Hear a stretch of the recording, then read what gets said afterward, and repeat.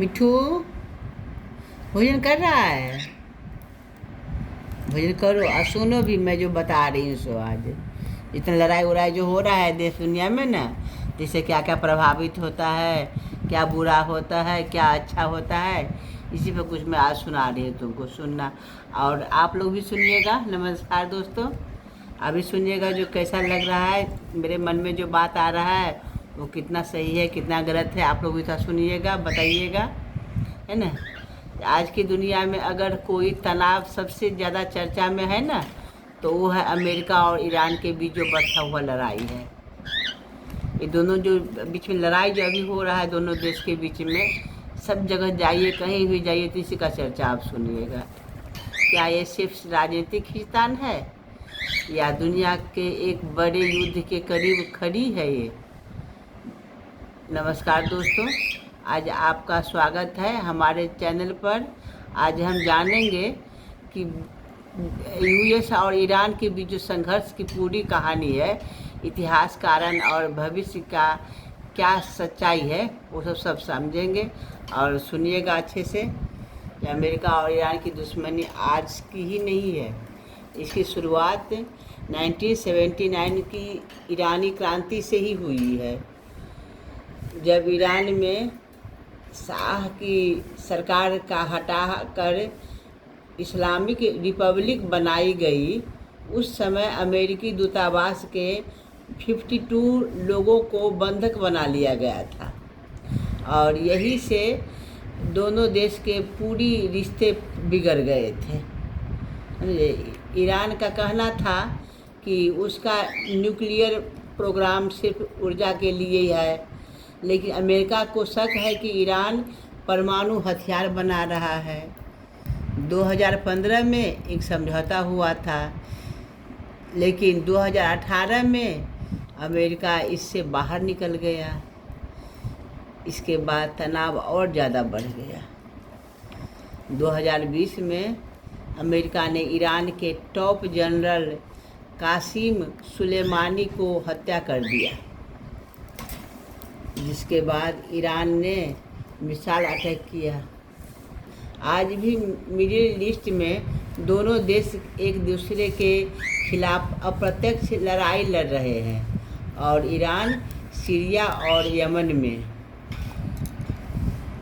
अगर सीधा युद्ध हुआ तो इसका असर सिर्फ एक ही दो देशों पर सीमित रह सकता है, पूरी दुनिया प्रभावित नहीं होगी। लेकिन ये पूरी दुनिया प्रभावित हो रही है कि तेल की कीमतें बढ़ रही है, वैश्विक अर्थव्यवस्था हिल रही है, और कई देश में शामिल भी हो सकता है। कई एक दूसरे से कौन हट रहा है, कौन शामिल हो रहा है, यही सब राजनीति चल रहा है अभी तक। भारत जैसे देश के लिए ये स्थिति काफ़ी गंभीर हो गई है, जो भारत तेल का बड़ा आयात है। अगर युद्ध हुआ तो पेट्रोल डीजल महंगे हो सकते हैं। तो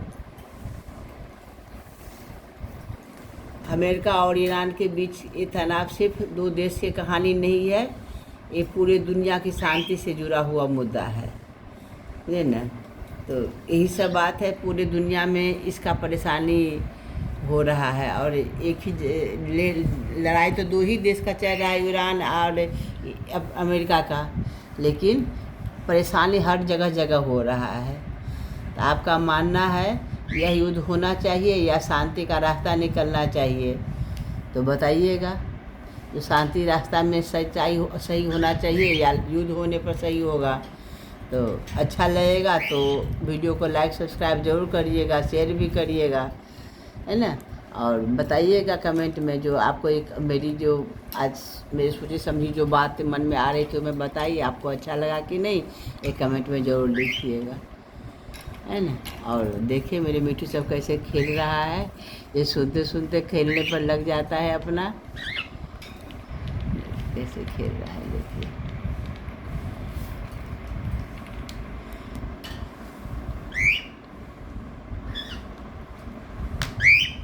जिसको देखते देखते जिसका खेलना देखते हैं, और मेरा भी टाइम पास हो जाता है, आप लोग से भी थोड़ा बात कर लेते हैं। और जानते हैं ना, लड़ाई है ना, ये आज से नहीं चली आ रही है। आप सोचिए तो मतलब मैं क्या बताऊं, जो सतयुग है, कलयुग है, या द्वापर है, त्रेता है, सब युग से लड़ाई होते आ रहा है। लेकिन देश देश की लड़ाई फिर भी चलता है। लेकिन कहीं कहीं आप देखिए, हर राज्य में वही लड़ाई है, अपने देश के अंदर भी वही लड़ाई है, और घर घर में कुछ न कुछ लड़ाई चलती ही रहता है। उसमें क्या नुकसान है? फ़ायदा कहीं भी नहीं है। लड़ाई करने से, तनाव में रहने से फ़ायदा कभी नहीं है, हमेशा नुकसान ही नुकसान होता है ना। आपको मैं कल बताऊंगी, जो आज मैं बता रही हूँ ये बात, जो मान लीजिए देश देश में लड़ाई हो रहा है, तभी भी लोग सोचता है जो थर्ड पर्सन है उसको हम नहीं जानते हैं, वो मर गया। और देखिए आप महाभारत में देखिए कि अपने को ही अपने को मारना पड़ गया है, तभी कितना दुखी हुआ है मन। गीता में देखिए, जो अर्जुन ने जब मार रहा था अपने चाचा को, अपने भाई को, अपने मामा को, तो कितना तभी कष्ट में समय बीत रहा था उसका।